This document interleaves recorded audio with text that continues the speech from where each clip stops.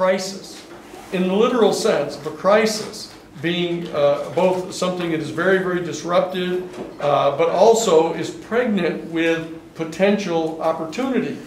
You know, because the whole thing came on right at the period where the Cold War was coming to an end, right? I mean, the Soviet Union on December 31st of 1991 voluntarily dissolves, and the whole reason for the Central Intelligence Agency, purportedly, being put together and set up in 1947, was allegedly to counter this alleged plan on the part of the Soviet Union to take over the world. And so that when the Soviet Union voluntarily dissolves itself, one might logically, immediately think of, well, we don't need the CIA anymore then. You know, like fat chance, you know, because it turns out that isn't why it was created. You know, it was created to carry on and promote and foster the sub rosa operations that were going on behalf of this ruling clique that we've got here. Okay, that's why they put their lawyer in to head it up. You know, as of 1952 with Allen Dulles, and so that we confronted that group basically. Theodore Shackley and all of his kind of compatriots, we kind of exposed them. Now, we were able to do that because they had this thing called the Racketeer Influenced and Corrupt Organization Act. RICO was a federal statute that was passed that authorizes one to go after a very unique and specific kind of conspiracy group. A conspiracy group that engages in several of, the statute never said how many of these have to be there, but they have about like 16 different things in the act that are actions of a racketeer influenced and corrupt organization. Like money laundering, murder, witness tampering, money laundering, drug smuggling, weapons smuggling. They have all kinds of these crimes that G. Robert Blakey, who actually drafted the statute as legal counsel for the crime subcommittee in the Senate Judiciary Committee, he drafted the bill and he listed a whole series of kind of archetypal criminal activities that the organized crime engage in. And it was a big argument that went on just after it was passed as to whether it was going to be applicable just to mafia people, or whether or not it was more generally applicable to other groups that engaged in a pattern of the same kind of activity. So because we invoked the Racketeer Influenced Corrupt Organization Act as the jurisdictional predicate on the basis of which we were going after these people, we in fact were allowed, if you can demonstrate that that two or more of what they call these predicate acts, like a particular murder, a particular shipment of heroin or illegal drugs, a particular shipment of weapons, a particular murder of a witness to suppress their testimony. You know, if you could show two or more of these 16 different possible crimes that had been committed within a given 10-year period, you could argue that the ongoing conspiracy existed in a previous decade to the overt acts that directly injured your client. Okay? It's a little complicated, but I'm just trying to explain to you how it was that we moved from activities. We filed the case in 1986, on May 28th of 1986, which means we could go all the way back to 1976 to be dealing with this enterprise. But if we could show that between 1976 back to 1966, there were two or more of these overt predicate acts that were committed by this group, we could then shift back into that era and bring in evidence of what their activities were during that 10-year period as well. And so what we did is we went all the way back. We went all the way back from 1986. We went all the way back to 1959. Okay? And we put in, and there is I should bring some of these in for you. But we've got a booklet which is a copy of all of the accusations that we made against them, with all the footnotes and stuff to show who the witnesses were that knew about this and testified about this, etc. And what we saw is that the Iran Contra crisis, as it's referred to, gave us an opportunity to expose these people in their activities, all the way back to their efforts to overthrow the new Cuban revolutionary government that came to power on New Year's Eve, January 1st of 1959 with Fidel Castro. So it gave us an opportunity to explicate what the criminal activity was that Batista was engaged in, the former dictator, in his partnership with Santos Trafficante, the mafia don in Havana. And I had a pretty good insight into what all of that was, because Santos Trafficante was the client of Lee Bailey's law firm when I was there. So I knew what it was that they were engaged in. So that we were able to explicate that kind of criminal alliance that actually involved literally organized crime. The core of the RICO statute, of who you go after. But it turned out that it was very challenging because one of their partners was the CIA.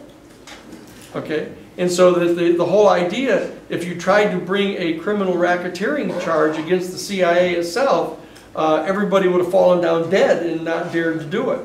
But since we had specific allegations involving organized crime, classic organized crime, working directly with the same individuals the CIA was working with, and a guy like Paul Helliwell working in direct partnership with Santos Trafficante and with Batista, you know, with his CIA cohorts, you know, we had them, is what we did. We had these guys nailed, okay? And what it did is it gave us the opportunity not only to expose who they were, but to dig back into their history to show who they were and where they came from. And so what we did is we lit them up in the Iran Contra case. And everybody was terrified in town. They were all terrified that ultimately one of their big, deep, dark secrets was going to be exposed. But it also gave us the advantage of being able to investigate exactly who they were and what they were doing and how long they'd been doing it. So it was clearly directly within our investigative wheelhouse to be going after these guys. And we did.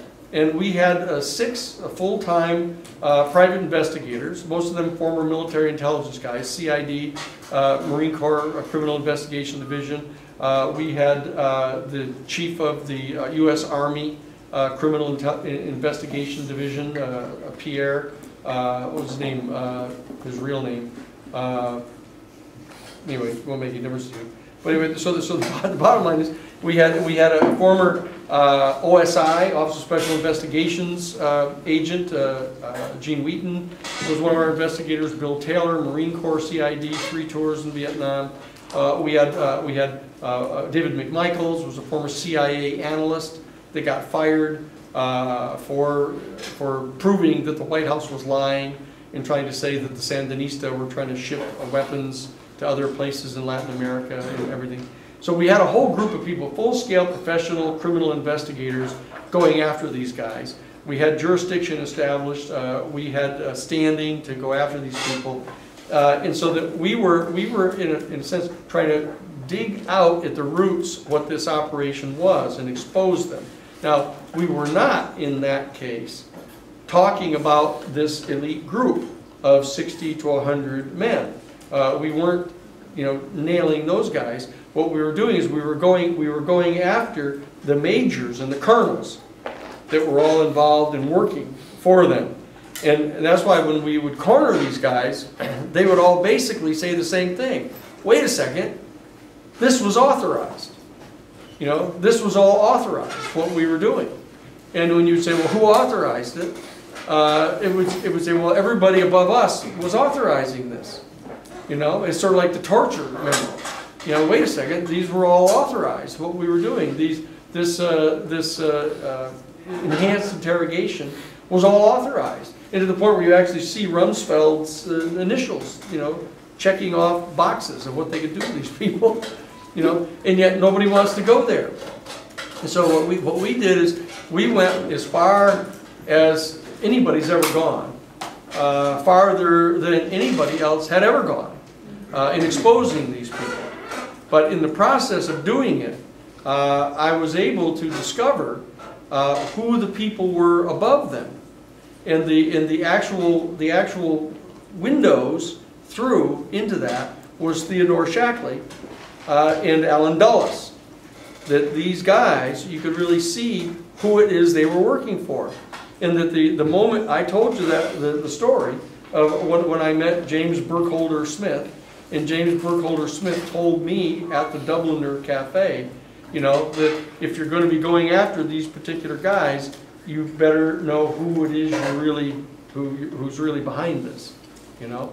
And that was these guys. That was the fascists. That were the full-scale Nazis sitting there at Salta in the northwest corner of Argentina, you know, in that little Bavarian inn at that table with the swastika flag up over the mantelpiece.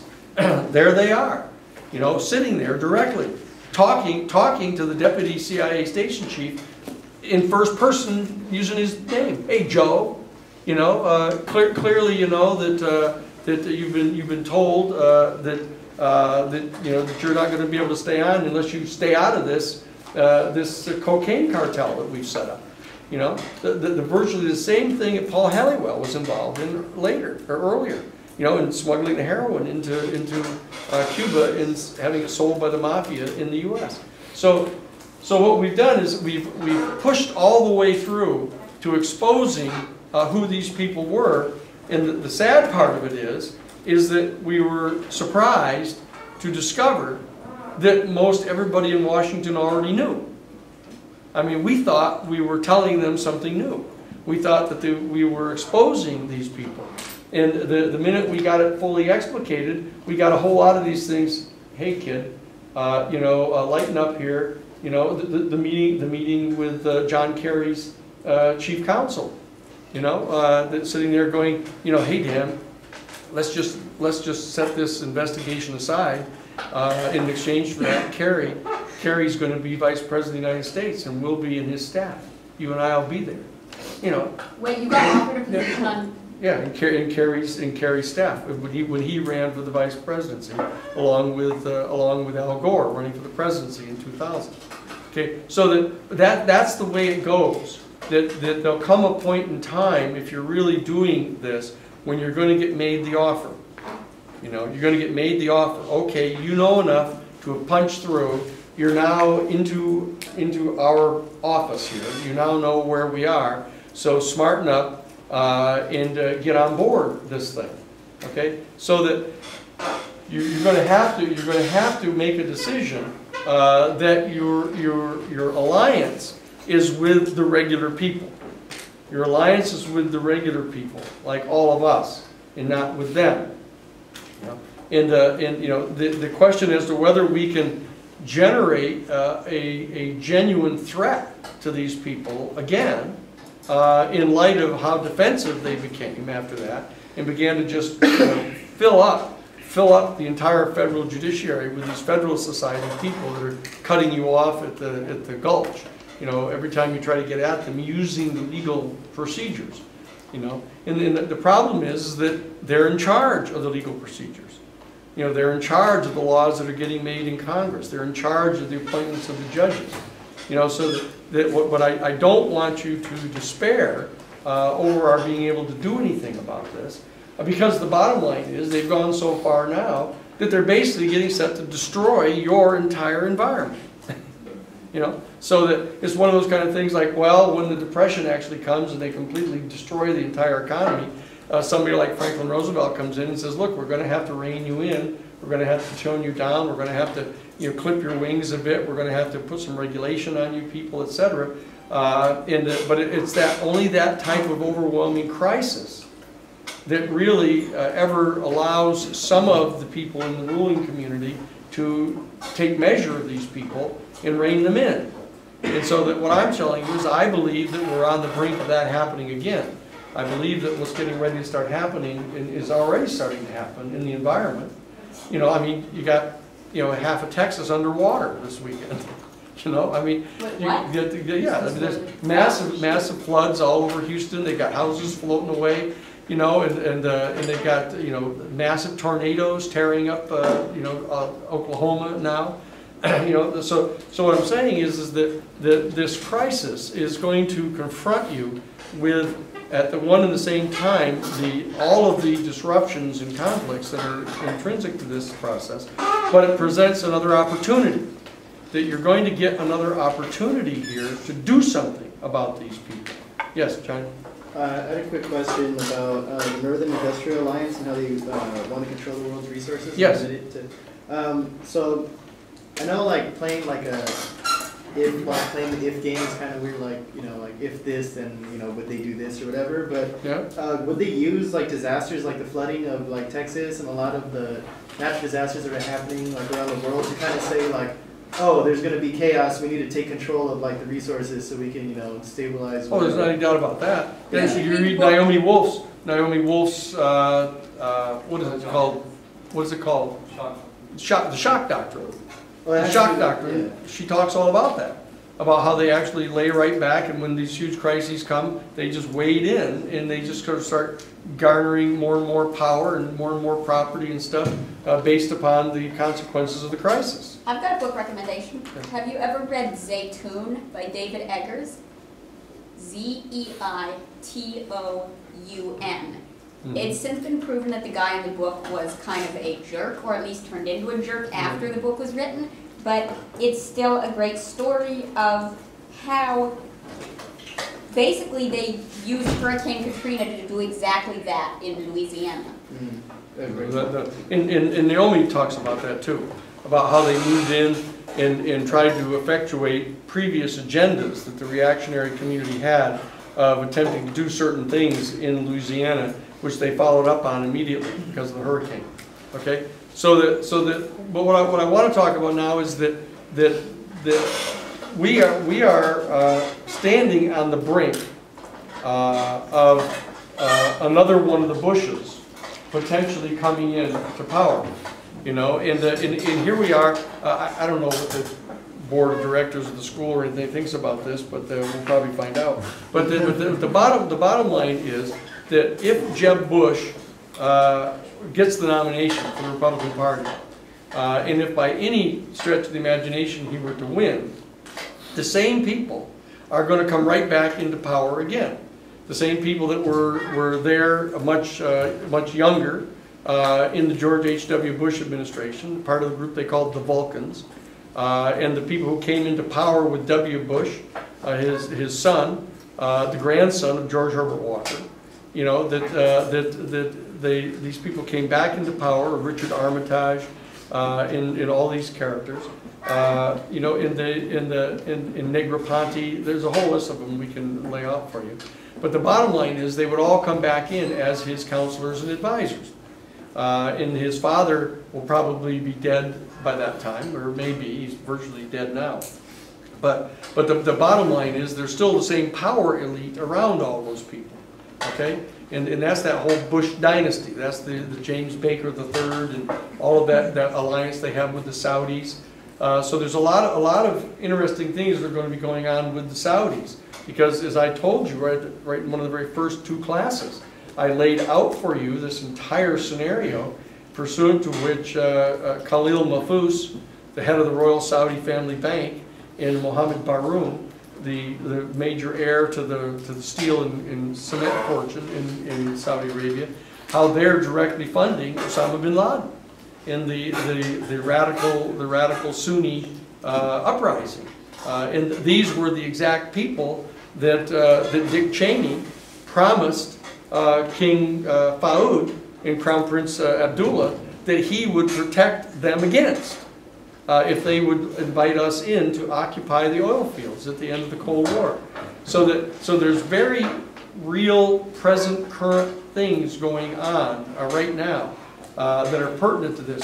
And so that the people that you see involved in this, for example, the Cook brothers, you know, coming up out of the shadows in talking about putting in, you know, $890 million into the campaign in 2016, you know, that you can bet that that money is going to be going into, along with other people's major billionaires' money, into trying to get Jeb Bush into office. There's going to be a spread of some of this money to Ted Cruz in Texas, you know, I mean, a total lunatic, you know, but they're going to fund him. Marco Rubio, a much more dangerous character, who's going to be, presenting himself and marketing himself as an Hispanic because he has Cuban ancestry, thinking that's going to win the day. And you've got Jeb Bush, talking Spanish, in some of his campaign appearances, and talking about his wife who's Spanish. That this whole campaign is going to be coming on. I mean, the sad fact is that the best that the Democratic Party is getting ready to offer up is Hilary Clinton, and not the old Hilary Clinton, not the old Hilary Clinton that we all know and love, not the one that was a progressive at one time along with Bill, but the new re-engineered Hillary, who is the chair of the policy committee of the Democratic Leadership Council, that Richard Gebhardt started at the end of the Cold War to be the new, more moderate Democratic Party. She's basically going to have to pitch herself as a progressive during the primary season, and then she's going to roll right on over into being a virtual blue dog Democrat during the primary. And if she's up against Jeb Bush, you're going to have it again. You're going to have the new retooled Clinton group, which is nothing compared to the Bush alliance. That Bush alliance is, as I pointed out, goes way back into George Herbert Walker, and is linked way back in their alliance with Abdul Aziz of the House of Saud. That whole operation that goes on with James Baker being the kind of go-between. That whole crowd is much more powerful behind the scenes than the Clintons are. The Clintons are just the classic Democratic Party. The regular Democratic Party, the Congressional Committee and the Senate Committee. And without the unions. Being powerful like they used to be, because Ronald Reagan and the Bushes have crushed a lot of the union organizing. So they don't have the horsepower that the Democratic Party had at one time. But the reality is, I believe that they'll still win. That the Democratic Party will still win, and Hillary will be president, and 90% of our friends will all vote for her as the lesser of the two evils. They'll, gripe and complain about it, but that they'll vote for her. But if, in fact, something goes wrong in Jeb Bush were ever to be elected, that you're getting ready to see these same people come back into power, and the same elements come back into power. With what happened in 2000 and 2004, isn't that pretty likely? Pardon? With what happened in 2000, 2004, isn't that pretty likely? Yeah, well, they have to be within 4% to make it work. Michael Connell, who rigged the machines in Ohio, himself said, "Look at you, that we won't be able to get away with this unless the vote really is within 4%. And we can shift and feather votes to the extent of 4% in any given state." The candidates would need to be in 4%. Yes. 4% of each other. Yeah. It could be pretty likely. Well, they're both very, very liked candidates among the American public. Both of them are. Well, more to the point that the congressional districts are so savagely gerrymandered that you can pretty much predict that they're going to come out in a very particular place. And they've got those pretty well balanced across the country now. They pretty well divided up the congressional districts. Right, they just redid that, right? They just redid a bunch of districting areas. Well, there's all kinds of battles going on about the redistricting and whether they're going to be in place by 2016. And the real challenge is that the Republican Party has seized control of many of the state legislatures. And the state legislatures are the ones that do the redistricting. and they can redistrict whenever they choose to. Basically, they happen to wait usually for the census and stuff. But yeah, there's a major contest going on, and given what's at stake on the part of these people of getting back into power like they want to be, they're likely to really throw most everything they've got into this thing, because they know that there is this burgeoning assemblage of people that are outraged about the environmental consequences, primarily, of what's happening to everybody. Okay, and so that I think that, again, that I mentioned it very clearly a few times, but this question about what it is that Pope Francis is going to do, and what he's going to say, how aggressive he's going to be about laying it on to the transnational corporate capitalist corporations, as the proximate responsibility for this global climate change, and the fact that something has to be done, that this is a soulless, inherently sinful economic process that's going on here, driven by greed and avarice, and it's the same kind of thing you heard Roosevelt saying. No one is begrudging anybody the legitimate rewards of their own labors, but this completely artificial lust for excessive power and wealth has nothing to do with legitimate free enterprise. That doesn't result from normal free enterprise, because natural competition will rise up and level things out. But the major corporations that are given all of this special benefit can crush their opposition, and that's what they're afraid of. No.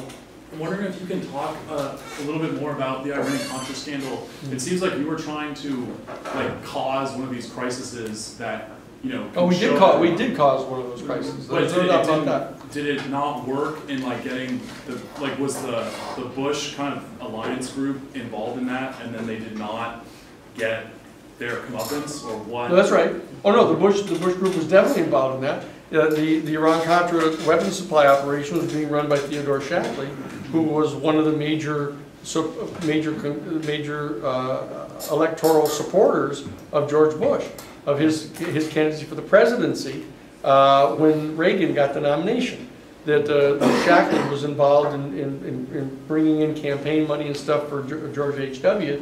And in fact, as they co-wrote with him when he became president, this second draft of the 1992 Defense Department Policy Planning Guidance document. I told you. So Shackley was all involved in that. And the fact is that the entire day-to-day operations of the Iran Contra weapons supply operation, that was the root of the whole problem, was being run by Donald P. Gray, who was the national security advisor for George Bush, as the vice president, was sitting in his office.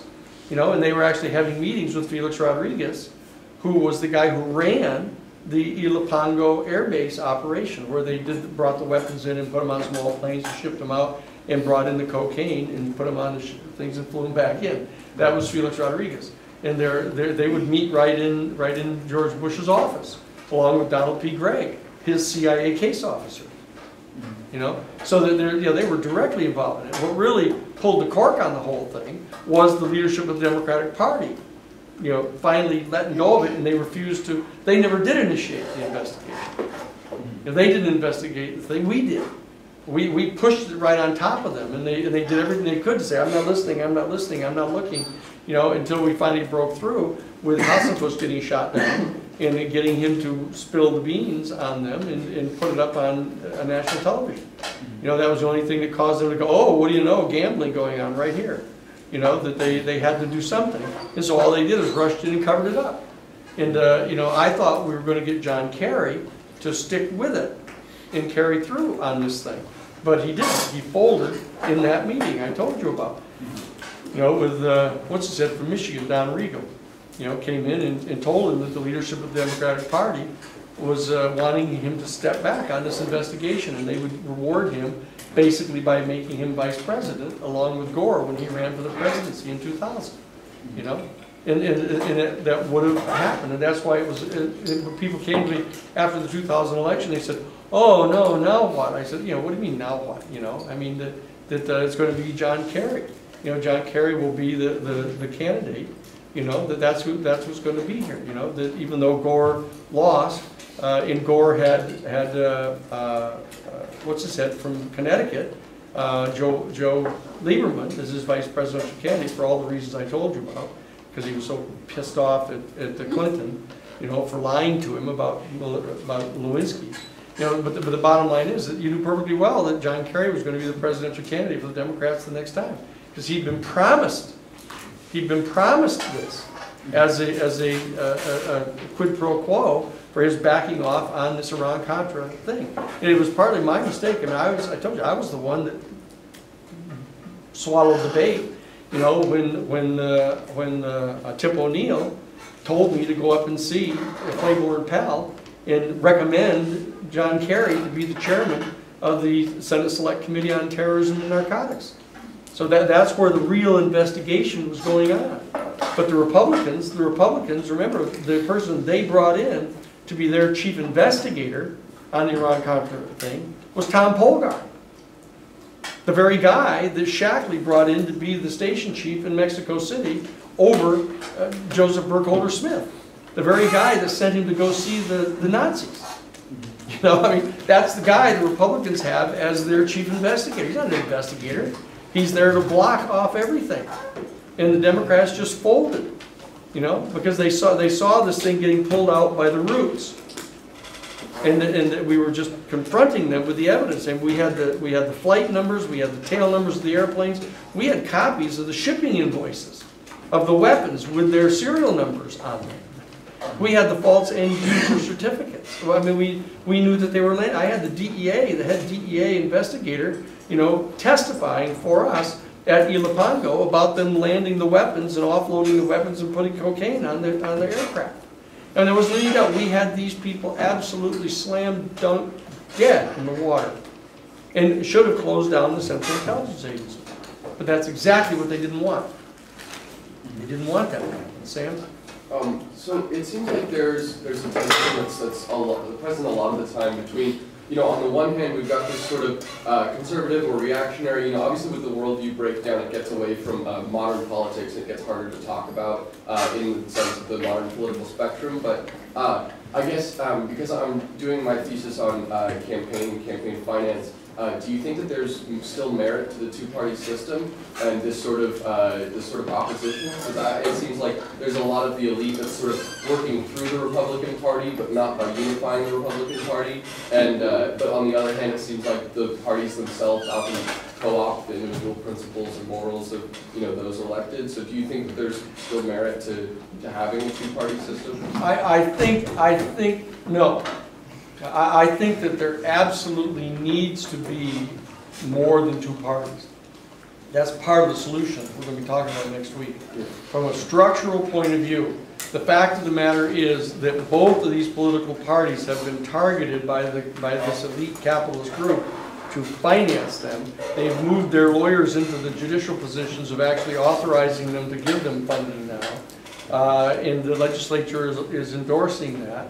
And they're all standing by endorsing the invasion of the Middle Eastern oil fields and the occupation. The fact that they're not doing it well, that they're not succeeding very well, because there's this kind of huge uprising of the Sunnis who are eventually going to end up having more or less an alliance with the Shia to drive the infidels out of there. And I mean, it was the first time I've ever seen on the Fareed Zakaria show, that I mentioned the other day, the last Sunday show. It's actually quite entertaining to watch that discussion that went on among the representatives of the Council on Foreign Relations and the Foreign Affairs magazine. Oh, by the way, I misspoke when I referred to the periodical that is published by the Council on Foreign Relations. I kept referring to it as the World Affairs publication. It's Foreign Affairs. It's Foreign Affairs magazine.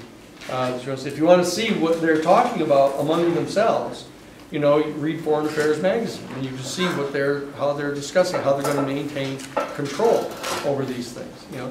So that I think that there needs to be a third party and a fourth party to begin with, right off the bat, so that you can break off the reactionaries from the normal conservatives inside the Republican Party, okay? And there needs to be a progressive political party, so you can break off the progressive caucus from the kind of the more moderate conservative Democrats, so that you should have 4 political parties, really.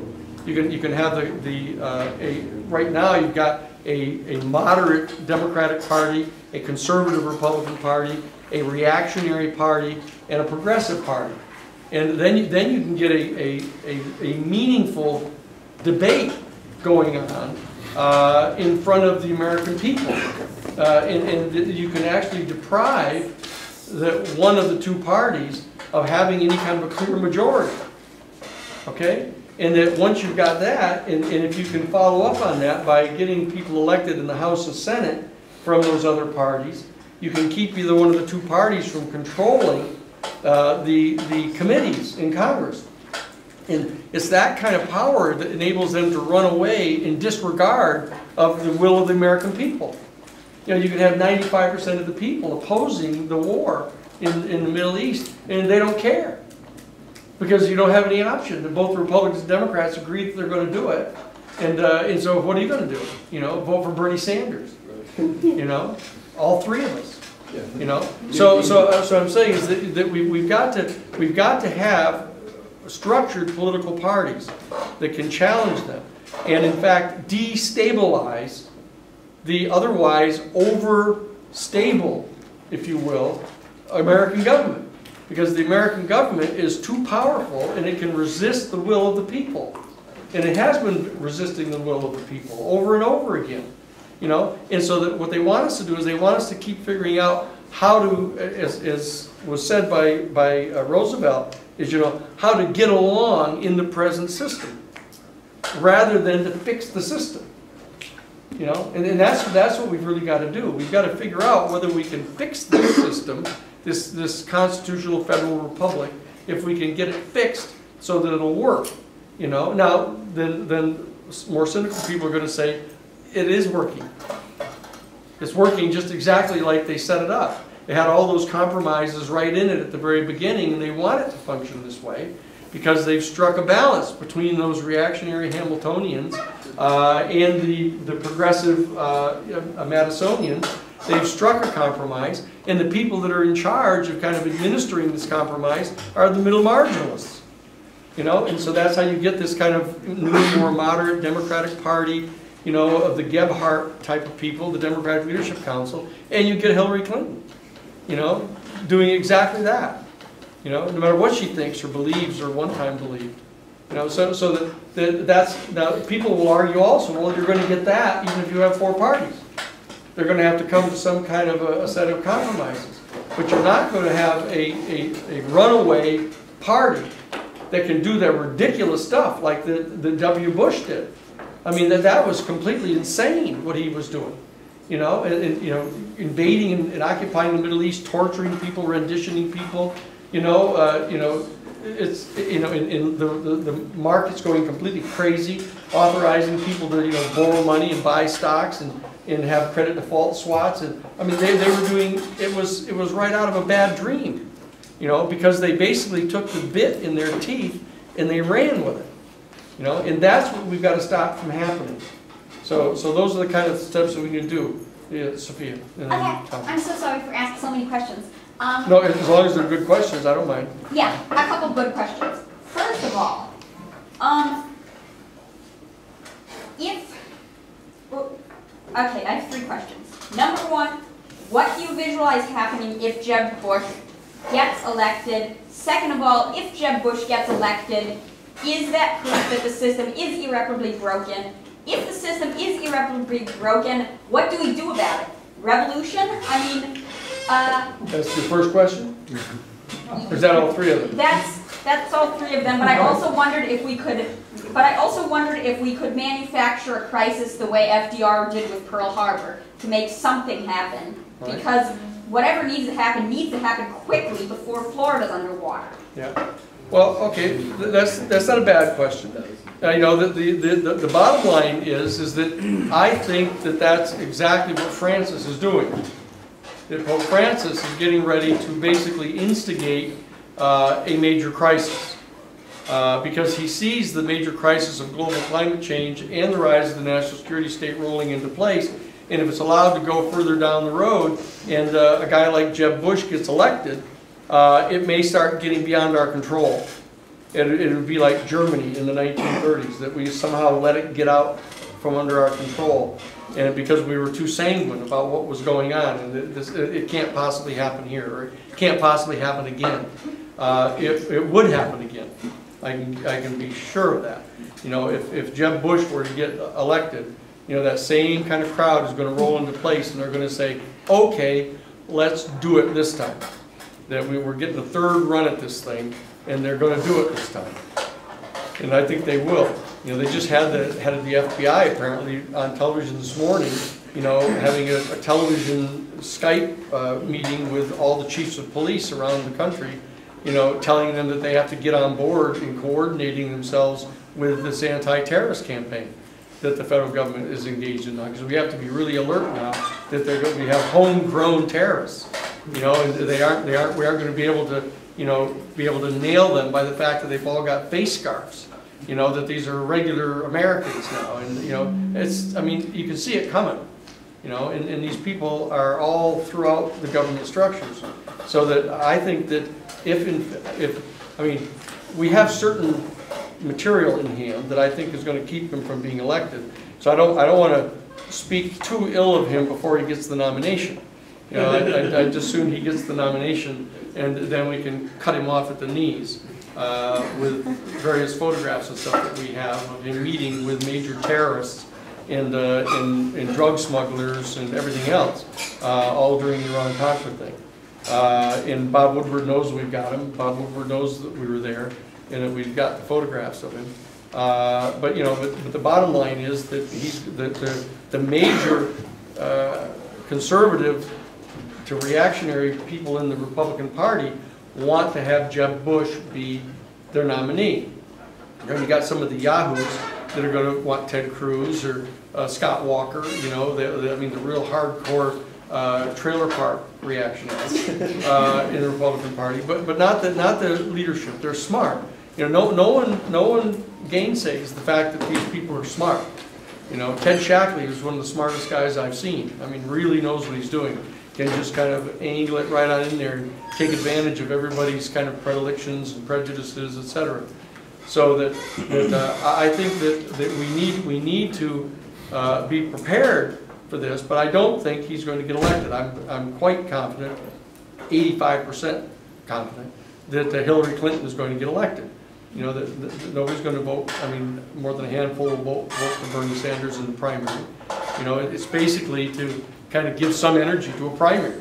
You know, because she otherwise, you know, what are we going to be interviewing her going to donut shops, you know, in New Hampshire. So my question is about the Pope Francis studies on climate change. What is the mentality behind like a group of people? Like you said that it's equivalent to like the stock market or the Great Depression of the climate change like kind of falling. Yeah. So what is the mentality? I mean, like where can they live if there's no? I mean, what's the mentality that's going to allow that thing to keep on coming? Well, yeah, I guess like I mean I understand the like money over trees like thing, but at the end of the day, like we all live here. Where exactly are they? Well, they can live just about anywhere they want, and they can live inside gated communities with armed guards. You know, they can have all kinds of trees growing in their area to process the oxygen and clean the air. They've got all kinds of air conditioning. They can set up kind of these sanitized communities where they live, etc. Yeah, they don't see this as a major danger. You know, it may flood out their beachfront homes, you know, but they'll build more. You know, because they own the insurance companies, and the insurance companies will end up paying them off, you know, to build new ones because they've got them insured. You know, they've got this thing figured out. You know, and again, I don't want to become oversimplistic about this, to say that, you know, here they are sitting, the clients are Brown Brothers, Harriman, you know, or Halliburton, you know, they're having a Halliburton board of directors meeting, and they're all sitting around wondering what they're going to do with their summer home when it's flooded out on the beach, you know, and they're all starting to buy land inland. And it's not like that, you know, that there's no doubt that they're being driven by their short-term financial interests within the corporations, and that the corporations, as I pointed out before, are set up to inure them against any kind of flinch of conscience, because they'll be retaliated against if they do that. So that's what's really driving them, this kind of short-term, narrow, blinder-on focus that they've got, and that's what Francis is going to be talking about. You're going to say, look at this thing is structural sin. That this is structured in. They've got it built in so that the individuals that are there basically have no alternative but the things that they're doing, and that's what has to be broken. That we have to have structural change. So they've got to eliminate corporations. They've got to eliminate the corporations. They've got to eliminate the immunity that they're getting, the owners of the stock. They've got to eliminate the immunity that the management have.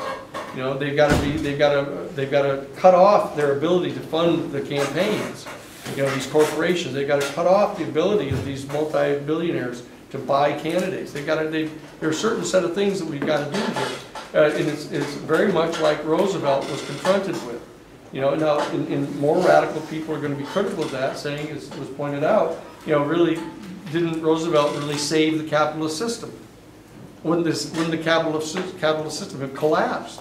You know, no. What would have happened is the Germans would have taken over all of Europe, you know, and set up a fascist dictatorship, and then the fascist forces that were here in the United States would have risen into the ascendancy, and we would have been a fascist country. I mean, transparently so, as distinct from now, which is kind of secretly going on, some of this stuff. Okay, Thomas. So I know some of the stuff that you're working on with the Romero Institute right now, but I was wondering if there's been anything recently that you or your office has been working on since Iran Contra in more recent years, that have been cases of like large governmental corruption cases, or at the federal level, things that you've been working on that have been similar to Iran Contra, or some of the things you've been working on? Well, two things. One of the things we've been working on is this case up in South Dakota, where we basically caught them, the W. Bush administration, sending federal funds down into the state of South Dakota, which were being used to buy pharmaceuticals from major pharmaceutical corporations.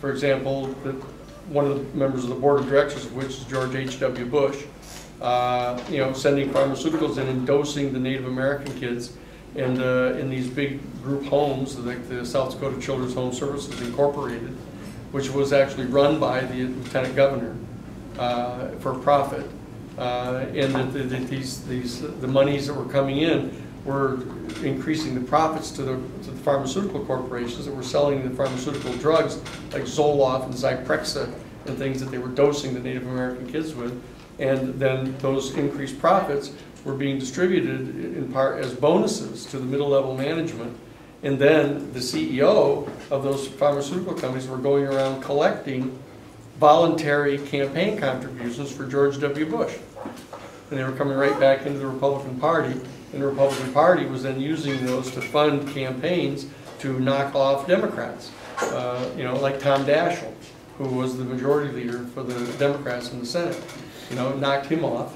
And knocked off the sole person who was their congressperson from South Dakota, knocked off the Democrat, and put in the former governor, the right-wing governor. So we found a major nest of corruption that was going on there, utilizing the powerlessness of the Native American people in stealing their children and using them as pharmaceutical guinea pigs, basically, to try to develop the protocols for the pharmaceuticals that would enable them to figure out how much Zyprexa you give to an 8-year-old before they start trying to commit suicide. You know, and then they go, oh well, that's too much. That kid killed himself. You know, let's figure out, crank that down a little bit, because they're trying to figure out how to get at the market of young people to be able to sell their major adult pharmaceutical drugs to kids, because it's the big market. So we found all of that. We've revealed it to the Justice Department. We gave it to the Justice Department's reaction is pretty much like, oh, you mean torture? Oh, you mean like the W. Bush administration was actually torturing people? Well, there's no reason to actually get upset about that. Just let's not let them do it anymore. But as I've said before, you know, no use punishing people for crimes they've already committed. You know, let's just look forward. And you know, that kind of thing. We're running into that same kind of reaction. But they will, in fact, print money and give it to you, because that's what they do. So they print more money and they'll give it to the tribes to set up their own child and family services. So we're saying, good, do that.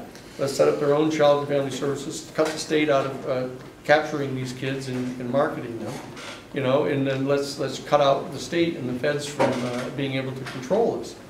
So we've been doing some things like that, but the reality is that we really need, part of that is because the Native American people are aware of what the damage is that's being done to the environment. Because the Native American people, the indigenous people, know what the balances are that need to be maintained. So the development of that kind of a constituency of the Native people, to get them back in charge of their own lands, to take control of these back, they have to be able to reestablish their families, because their kinship system is the means by which they engage in self-governance. So in order to get the Black Hills returned to them, in order to get the treaty lands of the Fort Laramie Treaty of 1868, to get those lands back, we have to have a reconstituted self-governing system. So they've got to get their kids back, so that they know what Teoshpai they came from, and what clan and what band they come from, because that's how they govern.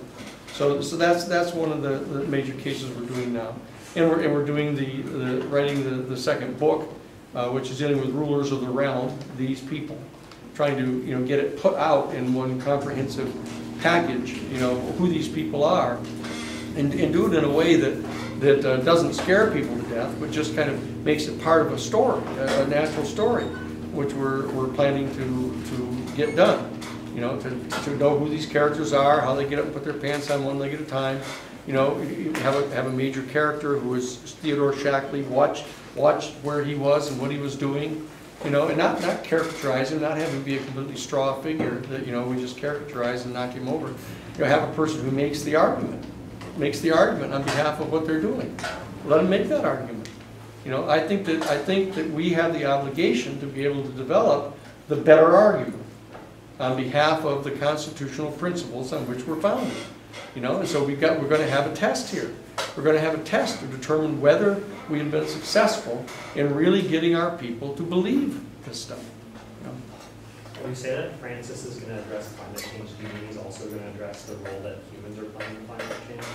The humans? Yeah. Sure. Really? Oh, yeah. Family members were going to flip. Oh, yeah. No. There's no doubt about that. But the fact of the matter is that the legal doctrine of proximate causation was going to become operative here. Who are the proximate causation of this problem? It's the actual corporations that are doing it, that are pumping the stuff out into the atmosphere. They're manufacturing a lot of this demand. The fact is that in the last 25 years, the demand for red meat is quadrupled. Because it's being generated by the corporations. They're generating this sense that people think they have of needing to have more and more meat. So therefore they have cattle ranches. The Koch brothers, the famous Koch brothers that you're hearing so much about, they own cattle ranches in South America. Who are and they're burning down trees in forests down there, rainforests, to build more and more pasture land for these cows. Who are pumping methane up into the atmosphere, and killing the people, So there's this systemic structure that we've got to come to grips with, of disassembling these structural sources of injustice here. Not just in Western culture, but in Eastern culture as well. That's what we've got to do. And so it's going to require kind of a global mobilization. And so that a person who can speak with a certain kind of moral authority, which he has, and people recognize it, and so that's what's getting ready to happen. So this is going to generate, I think, a major crisis, a pre-crisis before the full-scale crisis of global climate change sets in, to set up a crisis of a confrontation between the moral, spiritual people of the planet and these robber barons. You know, the same kind of thing that was being done by the Chautauqua movement back in the late 1880s and 1890s. That mobilization of a Chautauqua movement to confront the robber barons with the basic ethical values, or their spiritual values. That's what has to happen. And so that's why I'm talking about the natural law worldview. You need to understand what real spiritual values are about. You know, how are they grounded? What are they rooted in? You know, I mean, we're not going to convince anybody, we shouldn't, that there's some big, great, white, bearded dude sitting in the sky, you know, passing judgment on whether you're good or bad. You know, so that you're going to go into the fiery furnace or somewhere on a cloud to play a harp. You know, that's such bullshit. I mean, it's right out of the Middle Ages when people couldn't even read. You know, I mean, that we've got to reformulate a complete and solid understanding of what spirituality really is. You know, that's what we've got to do. I mean, this is a war we're talking about. These people are making war on us. They're making war on our planet. And what we've got to do is we've got to fight back. And we've got to mobilize people. They've got to understand what spiritual values are and how we can mobilize, because in the final analysis, each and every one of us that's going to be engaged in this war has to refuse to kill that other person when the opportunity presents itself. You've got to refrain from doing that. And you can only do that if you truly understand what spiritual values really are. And that you have compassion for the person and understand what's happened to them. You know? So that's what we have to do. I've gotten into next week's subject already. But I think that's time enough. I apologize for not getting to all the questions. But I've got to get in a car and drive away. I'll see you on Tuesday with your papers, okay? Rough draft on Tuesday.